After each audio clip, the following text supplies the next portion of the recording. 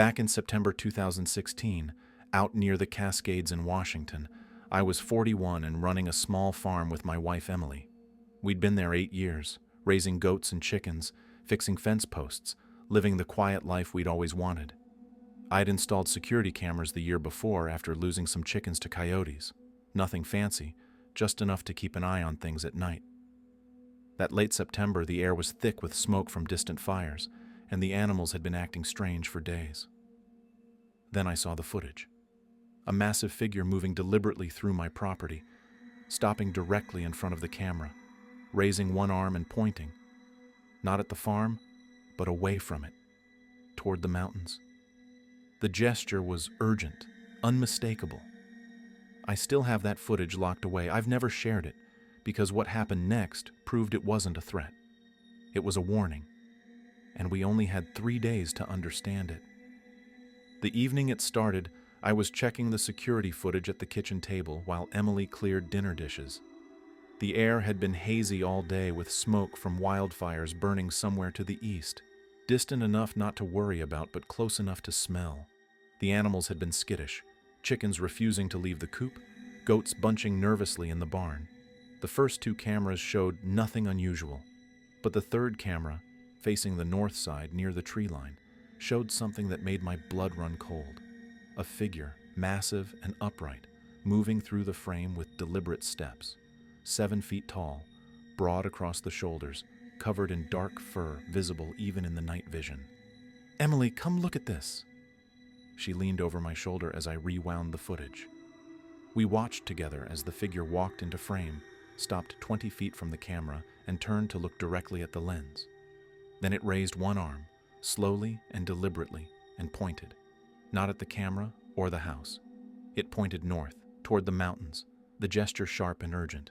It held that pose for 5 seconds, then walked away, disappearing into the forest. Emily gripped my shoulder. "What is that?" I didn't answer. I knew what it was. I'd heard the stories my whole life. Loggers seeing massive footprints, hunters hearing wood knocks, occasional blurry photos people argued about. Bigfoot, the creature that wasn't supposed to exist. I played the footage again.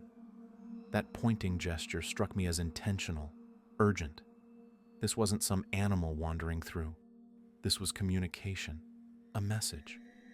"Should we call someone?" Emily asked. "And tell them what? That Bigfoot pointed at our mountains?"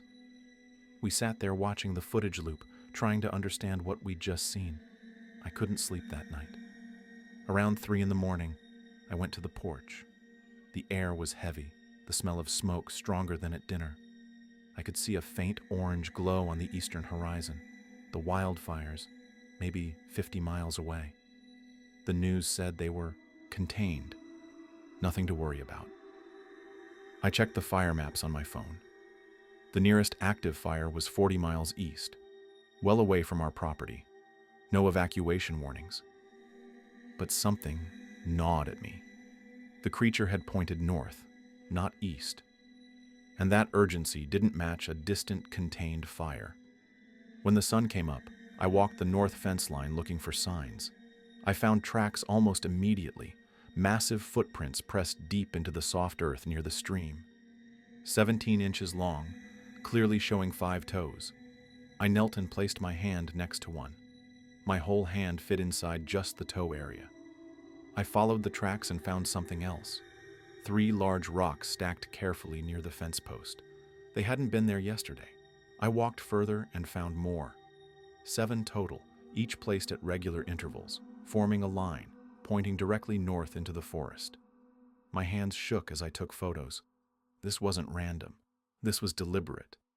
The creature had come back, leaving signs, markers pointing the same direction it had pointed on camera. But pointing to what? When I got back, Emily was making coffee. I showed her the photos of the footprints and stone stacks. "It came back," she said quietly. "Multiple times, probably. These stacks are fresh. What does it want?" I looked at the photos, each stack pointing north like arrows. "I think it's trying to warn us about something." "The fires?" "Maybe, but the fires are east, not north." Emily poured coffee with trembling hands. "We need to figure out what it means." I think I need to go look. Follow where it's pointing. That afternoon, I hiked north into the forest, following the direction the creature had indicated. The forest was quieter than usual. No bird song, no squirrels, just an eerie silence that felt wrong. I walked for 40 minutes when I found more signs. Broken branches bent at chest height, all pointing the same direction. The brakes were fresh, sap still sticky.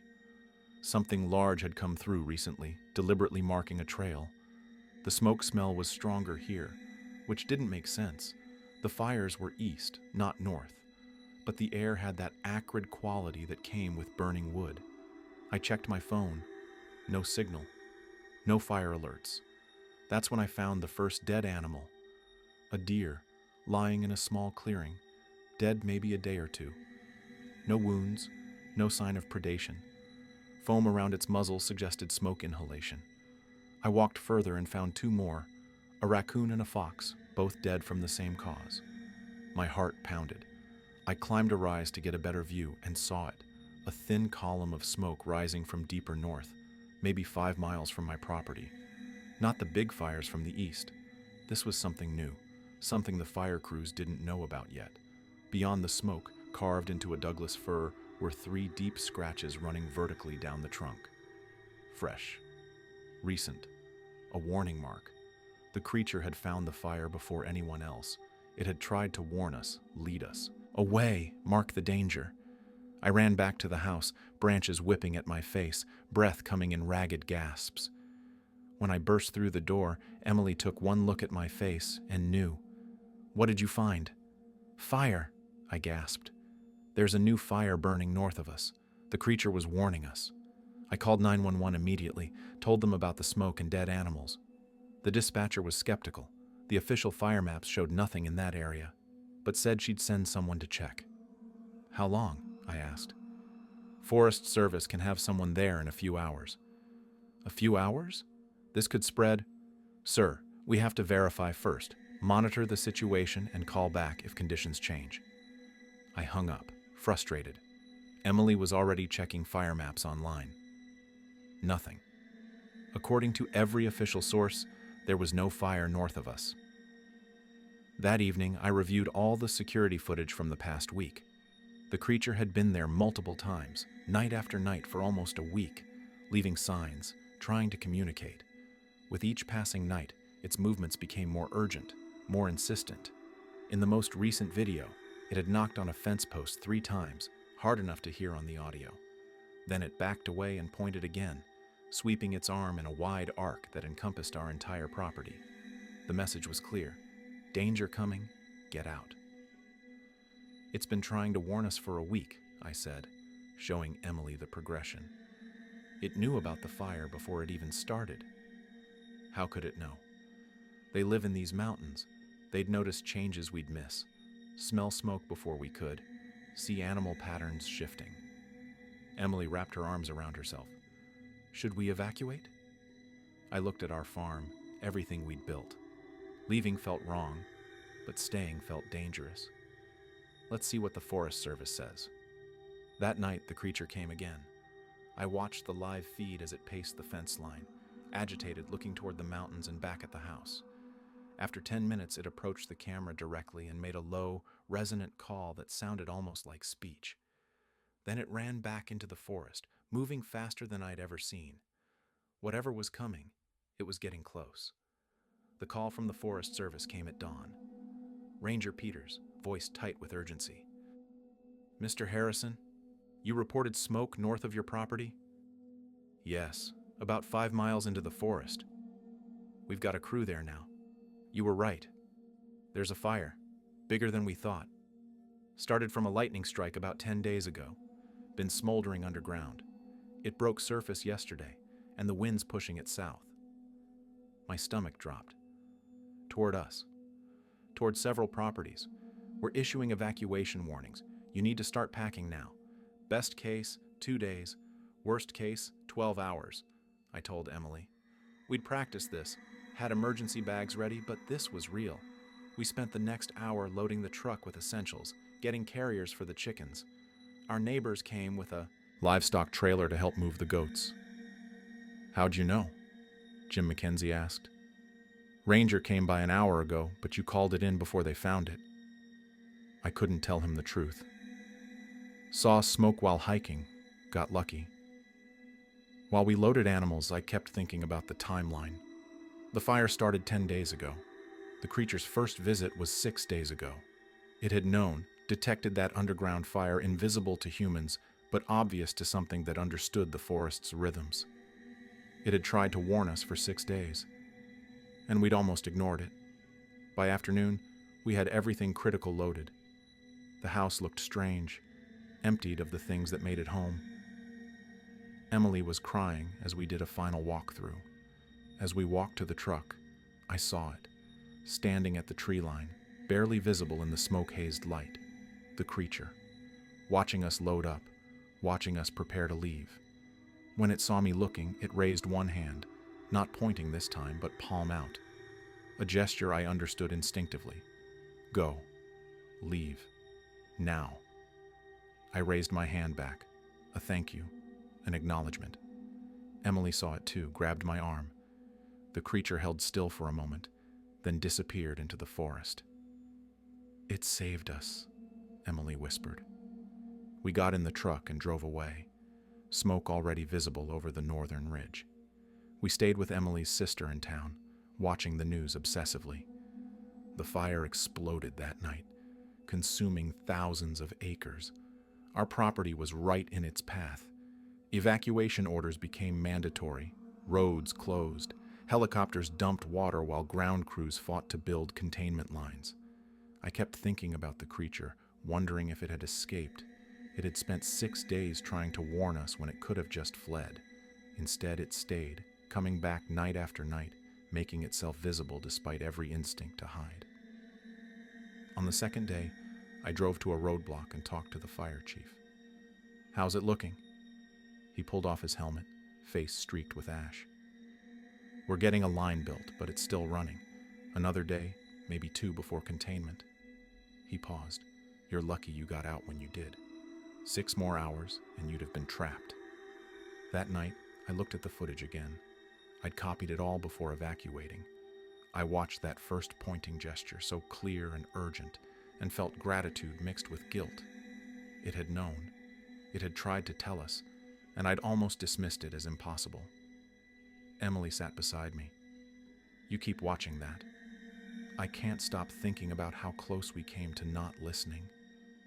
She took my phone and looked at the frozen image. Why do you think it helped us? I'd been asking myself the same question. Maybe because it understood we were in danger and couldn't see it ourselves. Maybe because survival sometimes means helping each other. Even across species. Especially across species. That farm is part of its territory. It's been watching us for years, probably. And when it saw danger coming, it warned us because that's what you do when you see someone in danger. Are you going to tell anyone? Show them the footage? No. Why not?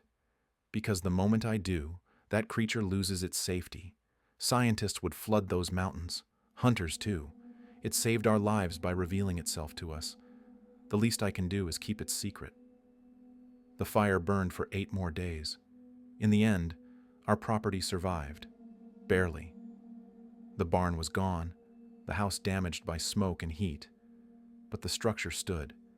2 other families lost everything.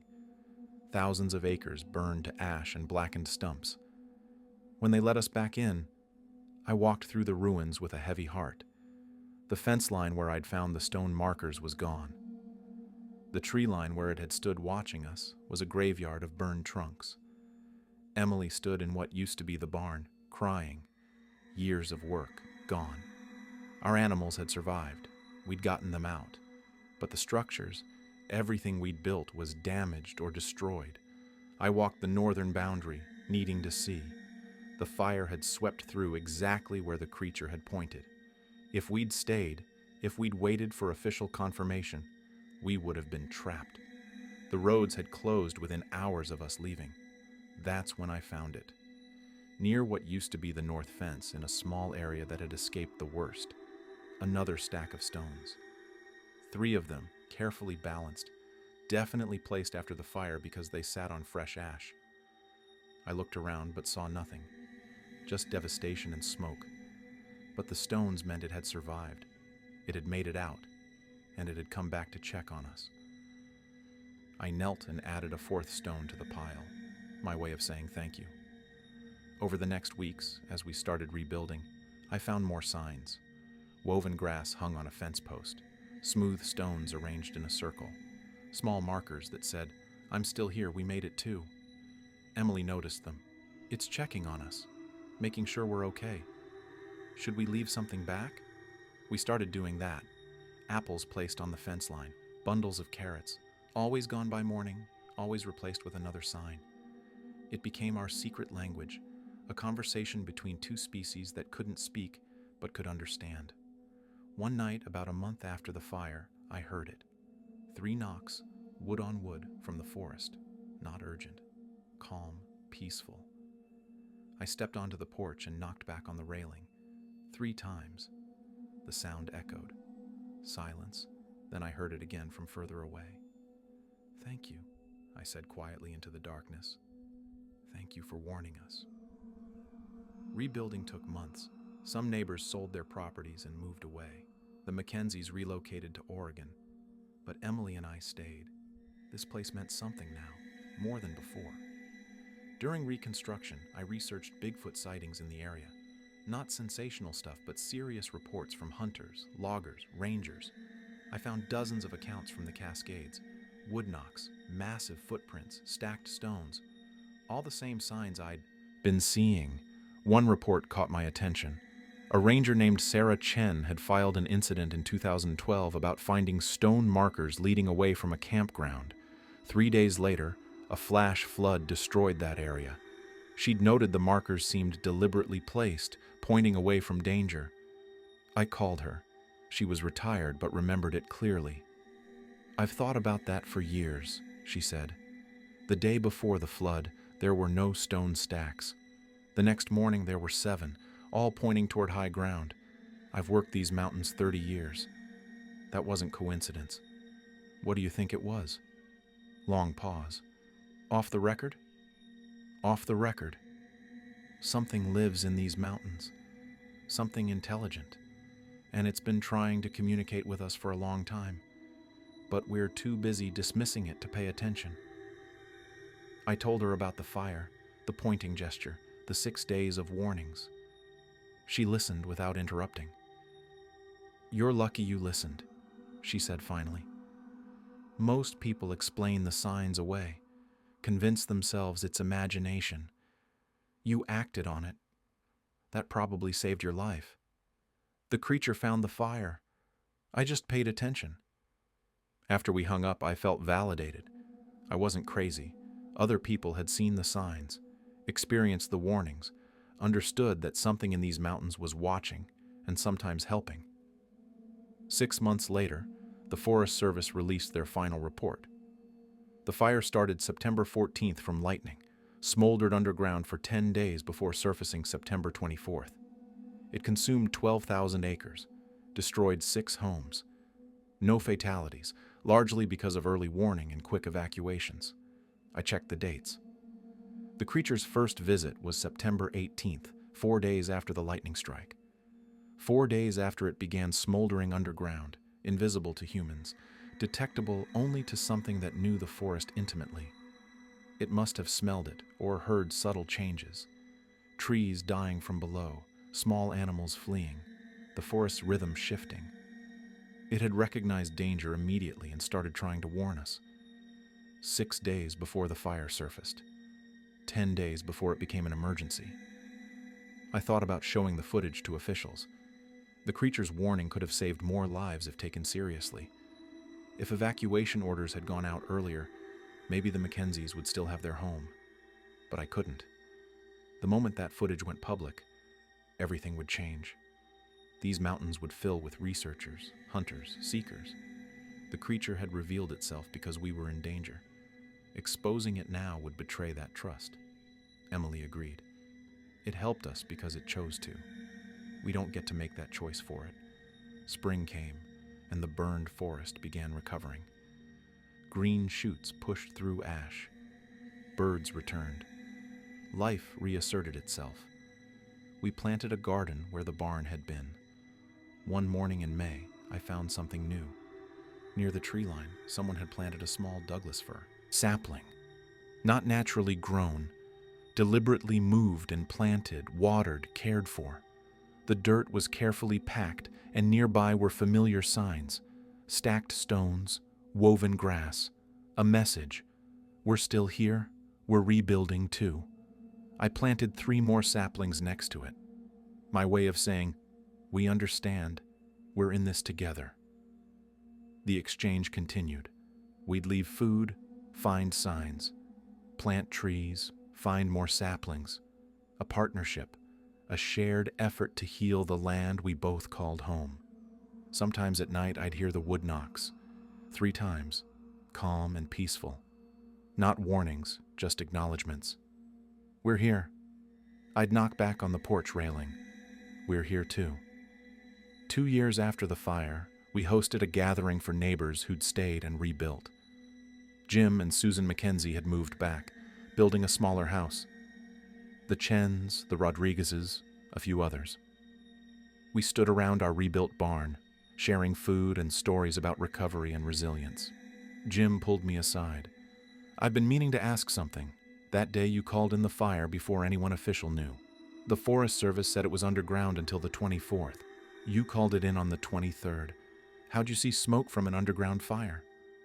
I'd known this question would come. I saw signs. Dead animals, smell in the air. Put it together.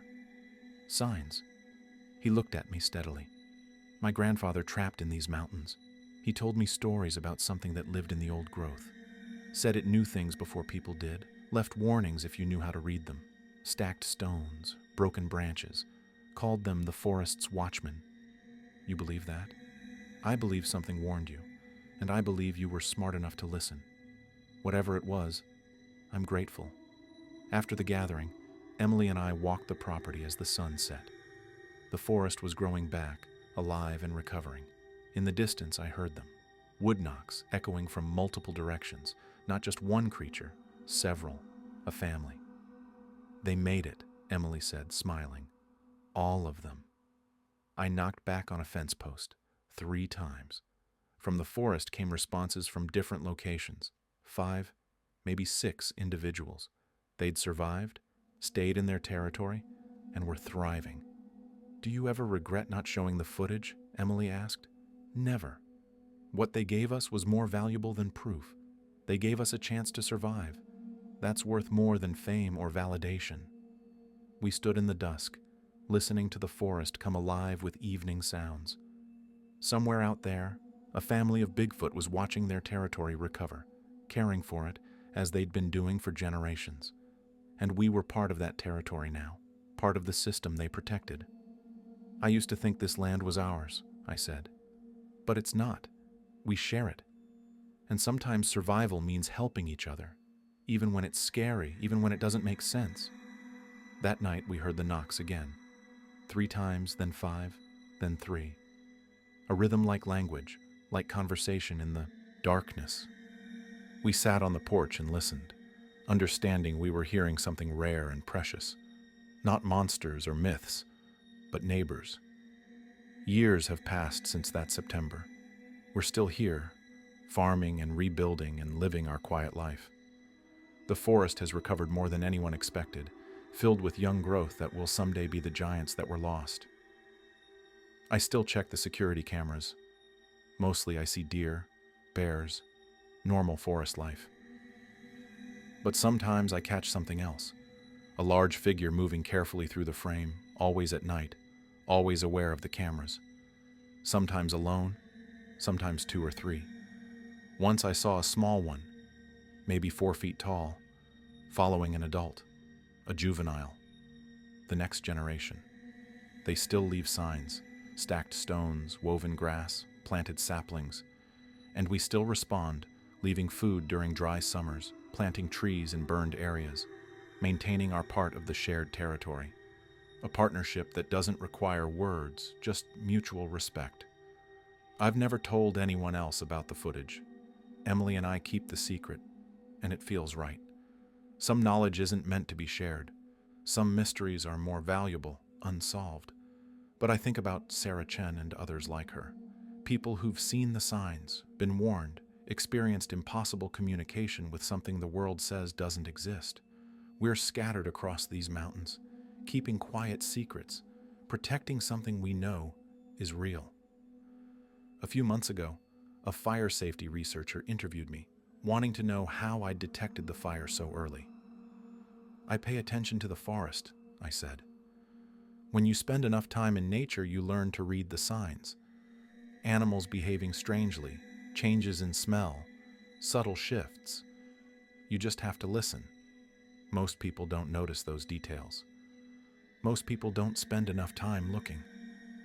I'd told her the truth, just not all of it.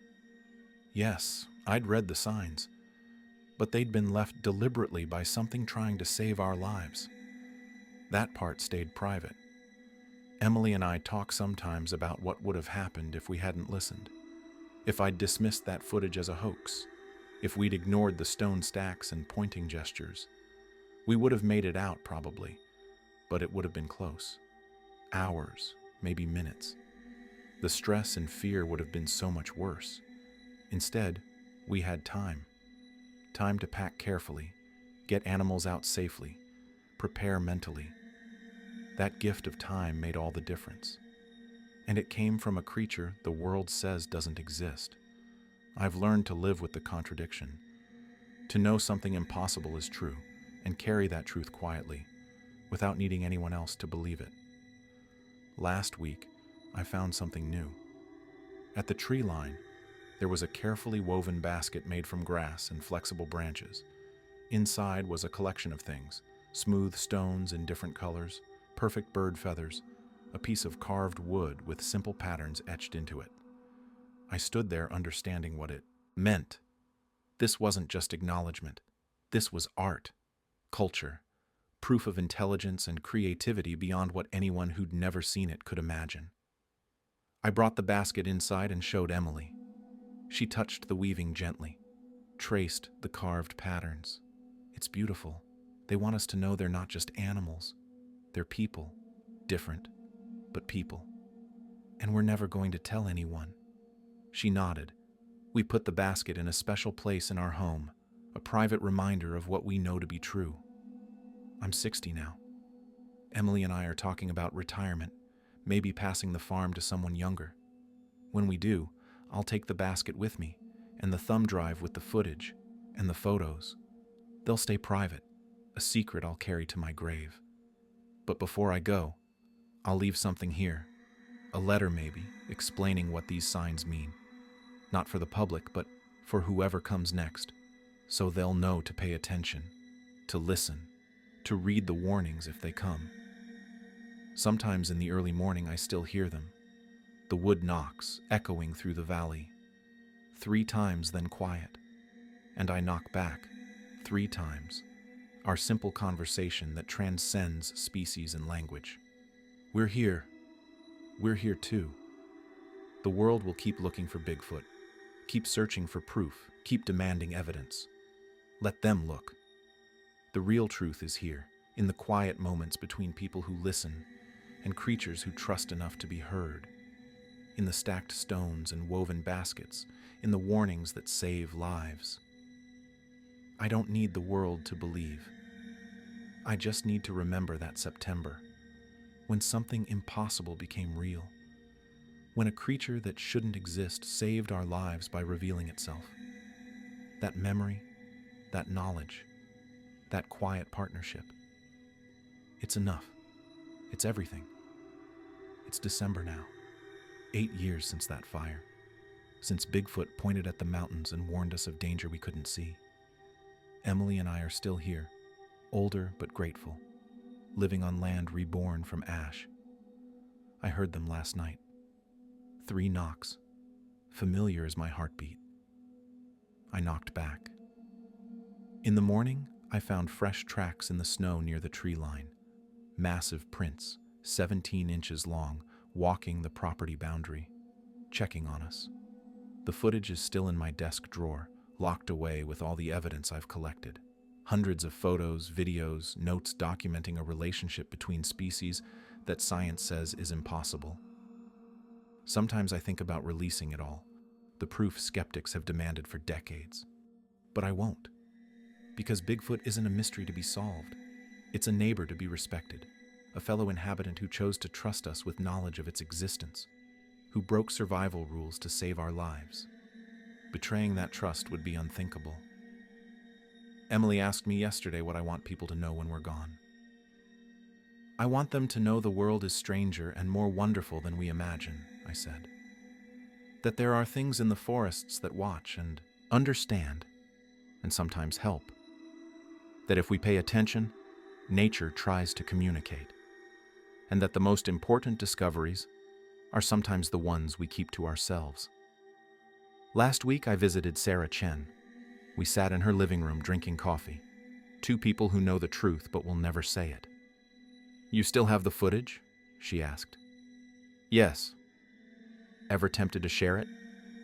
"Every day, and every day I decide not to." She nodded. "Good. Some secrets keep themselves. The moment you speak them, they become spectacle instead of truth. I'm writing this as a record, not for publication, but for clarity. The creature that visits our farm, that warned us of fire and saved our lives, represents something the modern world has forgotten. That intelligence takes many forms. That communication doesn't require language. That we share this planet with remarkable beings who ask only to be left alone. The world can keep searching, keep demanding proof, keep dismissing reports as hoaxes. Meanwhile, I'll keep stacking stones in response to the stacks I find. Keep leaving food at the tree line. Keep knocking 3 times when I hear those familiar sounds. And I'll keep the secret. Some truths are too important to prove. Some neighbors too valuable to expose. Some mysteries too sacred to solve. The knocking will continue long after I'm gone. The next owners will hear it, see the signs, wonder what it means. Maybe they'll listen. Maybe they'll understand. Maybe they'll become the next guardians of this quiet knowledge. Or maybe they'll dismiss it, and the creatures will move on. Find someone else who pays attention, someone else worth warning when danger comes. Either way, Bigfoot will endure, silent, patient, watching from the forests, leaving signs for those who care to see them, warning when warning is needed, living in the spaces between what we know and what we're willing to admit. 3 knocks echo through the December night. I knock back, smiling. "We're still here," I whisper to the darkness. From the forest, faint but clear, 3 knocks in response.